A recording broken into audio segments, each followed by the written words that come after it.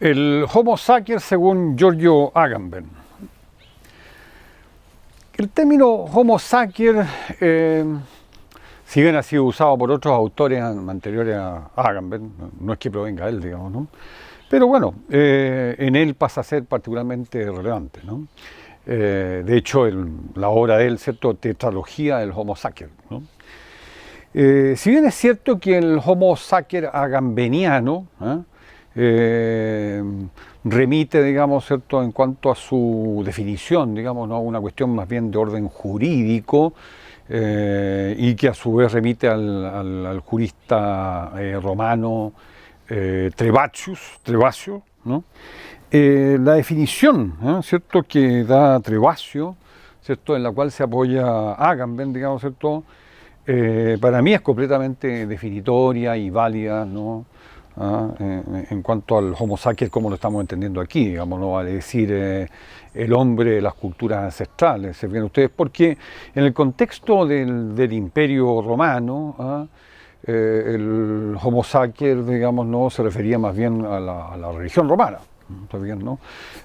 O sea, a una era ya de una de las grandes civilizaciones como fue la romana. En cambio aquí estamos hablando de una era anterior, digamos, ¿no?, ¿cierto?, de diversas culturas, ¿cierto?, culturas ancestrales, ¿cierto?, esparcidas por todo el planeta, ¿ya? Entonces, lo que resulta extraordinariamente atractivo, digamos, ¿no es cierto?, es, por decirlo así, una cuestión que tiene una base heideggeriana, y llama la atención ahí que con todo el conocimiento que tiene Agamben de Heidegger no lo cita en este contexto, ¿no? Y es que, digamos, se fijan, existimos en un mundo de una plena disponibilidad, ¿no? Eso tiene que ver con el concepto de lo dispuesto en Heidegger, el Gestell, que se refiere, ¿cierto?, a la pregunta por la técnica, ¿cierto?, la obra de Heidegger de 1954, digamos, ¿cierto?, ¿no? Cómo el ser en nuestra época, digamos, ¿cierto?, se ha retirado a un grado máximo, entonces lo que queda de las cosas únicamente su carácter de ser nada más que entes, y entes, digamos, ¿no?, que están ahí como listos para ser utilizados, explotados y consumidos, ¿no? ¿Cierto? Y eso es lo dispuesto, ¿no? ¿Se fijan? Como puede ser algo dispuesto, un río, una montaña, un cerdo, un pollo, una gallina, digamos, ¿no es cierto?, un caballo, en fin, ¿no?, la orilla del mar, etcétera, etcétera, o incluso hasta el planeta entero finalmente, agua, aire, tierra, fuego, todo, digamos, es parte como de esa disposición, ¿no?, el Gestell. Entonces, en Agamben se trata, con apoyo entre Trebasius, digamos, ¿no es cierto?, de que existimos en un mundo de plena disponibilidad, que, bueno, hacemos uso, desuso y abuso, ¿cierto?, de las cosas, digamos, ¿cierto?, ¿no? Pero de pronto, se fijan ustedes, hay algo que nosotros retiramos de esa disponibilidad, digamos, ¿no?, y lo declaramos indisponible, ¿eh? Y eso indisponible es lo sacro. Y entonces, claro, lo metemos en un templo, lo ponemos en un altar, en una gruta. ¿Se fijan? Entonces, claro, esto es indisponible, esto ya no es susceptible de ningún tipo de transacción. Aquí no puede haber comercialización con esto, o sea, esto se tornó inavaluable, ¿no?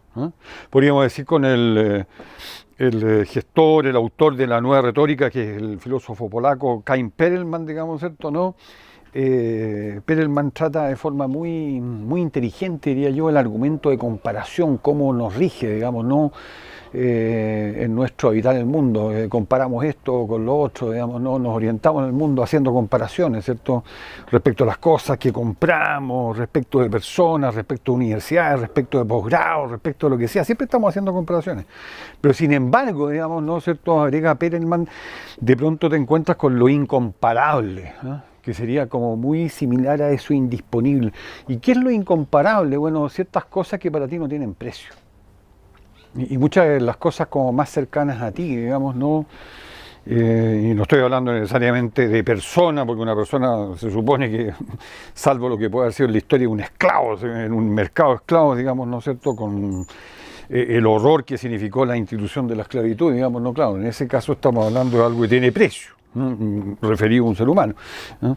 Y claro, y parte del horror de todo aquello es que más encima se discutía si acaso eran seres humanos o no, más bien se los consideraba como fuerza animal.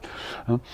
Pero no, aquí estamos hablando de cosas que son cercanas a ti, a lo mejor tu reloj, digamos, ¿no? A lo mejor tu computador, tu celular, a lo mejor, no sé, un sombrero, ¿cierto? Son para ti algo incomparable, ¿no? ¿Cierto? Algo personal. Sobre todo más encima, así como yo tengo un sombrero que hasta lo podría mostrar aquí, digamos, ¿no? De repente lo voy a mostrar, ¿no? Un sombrero así que era de mi abuelo, que era médico, ¿no? Entonces ahí lo tengo. Y mi abuelo parece que tenía la cabeza más grande, bastante más grande que yo, porque a mí me queda como suelto, así, bueno. Pero eso para mí es algo inaudito, claro, justamente porque es del papá, de mi abuelo. Entonces, claro, eso que es inavaluable, incomparable, esto es como para darle todavía, se fijan ustedes, un sentido más cercano a lo que puede ser lo sacro, ¿no? ¿Se fijan, no? Eso es, claro, algo indisponible, digamos, ¿no es cierto? Que para ti, digamos, ¿no es cierto?, simplemente no tiene valor, está sobre, digamos, no cualquier precio, ¿cierto?, que se le pudiera poner, en fin, ¿no? ¿Ya? Entonces, bueno, Agamben nos ayuda a entender entonces lo que es un fenómeno, podríamos decir, como de sacralización, ¿no?, que implica, ¿cierto?, este retiro, ¿no? Y en el caso del Homo sapiens, vaya, el retiro del Homo sapiens, del cual hablamos aquí en la cartografía antropológica, ¿cierto?, ha retirado, digamos, ¿cierto?, todo, no, prácticamente todo, digamos, ¿no? Y se ha tornado indisponible, su mundo es sagrado, digamos, ¿no? Es impresionante, digamos, ¿no? Es una cosa que nosotros casi no podemos imaginar, digamos, ¿no? Porque es el río, el árbol, la montaña, los astros, el planeta, ¿se fijan? ¿No? Entonces, todo se ha tornado como indisponible, ¿ya? Y ahí, ¿cierto?, una clave también de la data increíble, cosa que hemos destacado en diversas oportunidades, digamos, ¿no?, ¿cierto?, de sobrevivencia que tiene en el planeta, digamos, ¿no?, ¿cierto? Justamente porque entonces lo sacro, ¿cierto?, lo respeta, ¿cierto? ¿Ya? Y entonces, ¿qué ocurre cuando hay un movimiento de vuelta, ¿no?, en que tú lo indisponible, ¿ya?, lo retiraste del templo y lo devolviste a la disponibilidad? Esa es la profanación. Y esto lo desarrolla muy lúcidamente Giorgio Agamben en un texto que se llama justamente Profanaciones, digamos, ¿no? Recomiendo muchísimo su lectura. Yo creo que no caer en exageraciones al decir que es uno de los libros más bellos que nunca haya leído, digamos, ¿no? Y estoy hablando así de libros de filosofía como de literatura también, digamos, ¿no? Un libro pero de una fineza, una sutileza pero extraordinaria, digamos, ¿no? Entonces están esos dos movimientos, ¿se fijan ustedes, no? El movimiento que va de lo disponible a lo indisponible y el movimiento de vuelta que es la profanación, digamos, ¿no? Así como se puede profanar un cementerio, qué sé yo, digamos, ¿no? ¿Y qué es lo que ocurre? Justamente en la profanación de un cementerio, lo que es indisponible porque está ahí, digamos, ¿no? Bajo una cripta, y recordemos que cripta tiene que ver en griego con kryptein, que es ocultar, es algo que está oculto, una cripta, digamos, ¿no? Y claro, qué sé yo, lo saco ahí, así que, digamos, estoy, digamos, haciéndolo eso por algo, se fijan ustedes, porque, en fin, quiero a lo mejor, digamos, no vengarme del muerto, por ejemplo, digamos, no quiero a lo mejor, así como el caso del famoso dedo de Perón, ¿cierto?, ¿no? Se supone que Perón, ¿cierto?, fue enterrado, digamos, ¿no?, y le falta un dedo, digamos, ¿no? Quiere decir que hubo una profanación, le cortaban el dedo. Creo que tenía además un anillo, y probablemente era por el anillo, digamos, no más que por el dedo, digamos, ¿no? Pero nunca se ha sabido dónde está el dedo de Perón, digamos, ¿no? Entonces, bueno, esa es la profanación, ¿cierto?, el movimiento de vuelta, digamos, ¿no? ¿Ya? Entonces, en definitiva, si se trata de precisar qué es lo sacro, digamos, ¿no? Yo creo que Agamben, digamos, esto no constituye como el más sólido apoyo filosófico. El Homo sapiens, ¿no?, ¿cierto?, desde la perspectiva, digamos, ¿cierto?, de Carl Levitt. Carl Levitt, que fuera discípulo de Heidegger, digamos, ¿cierto?, que tuvo un nexo muy fuerte también con la sociología, digamos, ¿cierto?, de origen judío, digamos, ¿cierto?, ¿ya? Y entonces, claro, eso ocasionó también algunas dificultades en la relación con Heidegger. No, no quiero decir con eso, ni mucho menos de que Heidegger haya sido antisemita, porque eso al parecer o no era así, o por lo menos nunca ha sido demostrado, digamos, ¿no? ¿Ah? Pero, claro, en algún momento, por ejemplo, esa amistad se cortó cuando, fíjense ustedes, a instancias del ministro, me parece mucho, de educación, digamos, ¿no? En la época de Mussolini, en Italia, digamos, ¿no? ¿Cierto? Y por, al parecer, intercesión del propio Karl Löwit, digamos, ¿no? ¿Cierto? Se consiguió que, digamos, Heidegger fuera allá en unas conferencias, digamos, ¿no? Me parece mucho que la conferencia, espero no equivocarme, fue de la esencia de la verdad, digamos, ¿no es cierto? En Roma, ¿no? ¿Ya? Pero claro, Heidegger se alojaba en la casa de Karl Löwit en Roma, que en ese momento estaba allá, y en razón de su origen judío, justamente como una especie de exilio ahí en Roma, digamos, ¿no es cierto? ¿No? ¿Ya? Si bien, digamos, ¿cierto? No, claro, no sé si a esa altura o muy pronto iba a ser también zona de la ocupación Alemania nazi, digamos, no Roma. ¿Eh? Recordemos que posteriormente, digamos, ¿no? Cuando ya comienza la invasión de los aliados, digamos, ¿no? El desembarco en Sicilia, van avanzando hacia el norte, digamos, ¿cierto? La capital, ¿cierto? Se traslada y para allá va Mussolini a, ¿cómo se llama? Salò, que es bueno, es un puerto así en un lago maravilloso, digamos, ¿no? ¿Cierto? ¿Ah? Entonces ya deja de ser Roma. Bueno, en fin, habría muchos antecedentes históricos aquí que considerar, pero el hecho es que Heidegger se presenta ahí en la casa de Löwit con el uniforme, el uniforme correspondiente, ¿no? Y se supone que ese es el momento del quiebre de la amistad, digamos, ¿no? ¿Ah? ¿Cierto? Ya era por la sola presentación con uniforme y suástica, digamos, ¿no? En fin, Karl Löwit, digamos, ¿no? Escribe una obra que es el concepto de mundo en la metafísica moderna, ¿no? ¿Cierto? Y sin embargo, por el tema como lo aborda, digamos, ¿no? En realidad es la metafísica occidental, digamos, ¿no? ¿Ya? Y lo presenta en la Academia de Ciencias de la Universidad de Heidelberg, digamos, ¿no? Y es un texto extraordinariamente lúcido, digamos, ¿no? ¿Cierto? Donde Löwit aborda el tema de la Entweltlichung, ¿eh? Welt es mundo, en alemán Entweltlichung se podría traducir como desmundanación, desmundanización, o un término más horrible todavía como decir descosmización. Pero en fin, es el tema, o sea, cómo al interior de la, diríamos, de la cultura occidental y particularmente la filosofía, habría habido un olvido del mundo, ¿ya?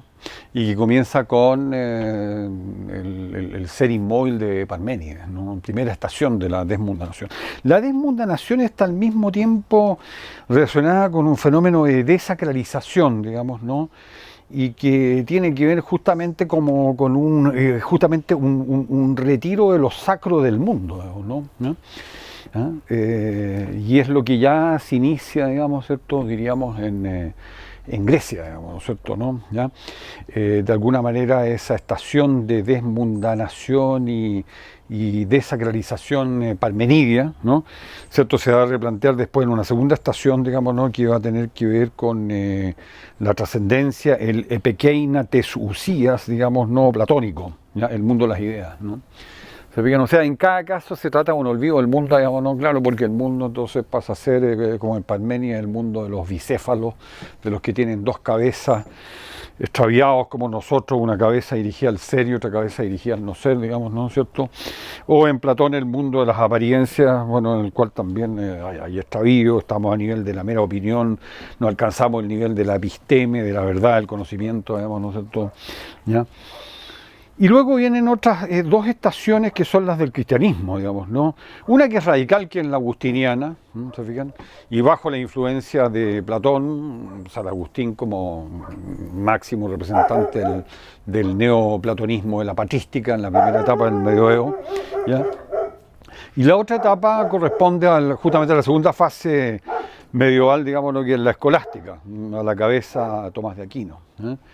Sí, con Agustín, digamos, no, claro, este mundo, incluso, digamos, no, el mundo, digamos, no, regido por Satanás.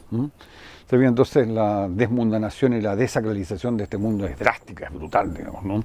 Con todo lo atractivo que puede hacer igual, digamos, ¿no? El pensamiento agustiniano, pero tiene esa marca, ¿no? La separación, de acuerdo a lo que es la obra de San Agustín, ¿cierto? Ciudad del mundo y ciudad de Dios, digamos, ¿no? Es abismal, ¿cierto? Entre ambos, digamos, ¿no? ¿Cierto? Nuestro mundo en un status corruptionis, ¿no? A diferencia de la ciudad de Dios, que está en un status gratia, el status de la gracia, ¿no? ¿Ya? Con Tomás bajo la influencia franciscana, Francisco de Asís, digamos, ¿no es cierto? Se fijan en que, claro, se trata del Cántico de Sole, del frater Sole, de la hermana Luna, de la amistad con el lobo, o sea, digamos, todo lo que hay en este mundo como obra del Señor. Diríamos, pero ese término por supuesto que se puede prestar a confusiones, opus dei, ¿no? Todo es obra de Dios, digamos, ¿no? ¿Cierto? ¿No? Pero por supuesto que hay que rescatar también el término, que no, ese término no tiene por qué ser propiedad de una, qué sé yo, de una orden o de una secta o qué sé yo, digamos, ¿no? Opus dei, bueno, simplemente lo que significa en la obra de Dios. Entonces, hay una cita, digamos, ¿no? de Tomás que es muy decidora al respecto, digamos, ¿no es cierto?, de que natura gratia non tolit, sed perficit.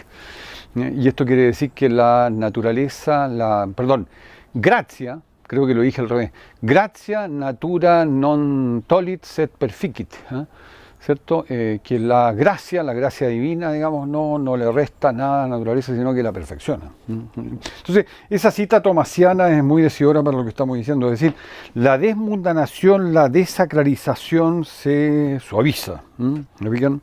De alguna manera se produce con Tomás, digamos, ¿cierto?, un acercamiento de la trascendencia platónica con la inmanencia cósmica mundanal, digamos, ¿no? Pero lo interesante del planteamiento de Löwit, digamos, ¿no es cierto?, es que todo esto ha sido, por decirlo así, como un camino preparatorio a nivel de la teoría, del pensamiento, digamos, ¿no es cierto?, para llegar finalmente a una desmundanación práctica, digamos, ¿no?, y que la realizar, digamos, no lo que llamaríamos a partir de Horkheimer, probablemente en la escuela de Frankfurt, digamos, no, ¿cierto?, la tecnociencia. La tecnociencia, o sea, la técnica, la tecnología aliada con la ciencia, digamos, ¿cierto?, no, va a llevar a cabo prácticamente la desmundanación, digamos, ¿no? Y lo que es más importante, que más destaca Löwit, digamos, ¿no?, y que coincide perfectamente con el día al final, digamos, ¿no?, ¿qué es lo que va a resultar de todo este proceso, digamos, ¿no? Todo va a perder como el aura de lo sacro, y lo que va a quedar de lo ente, ¿cierto?, es nada más que su ser cosa.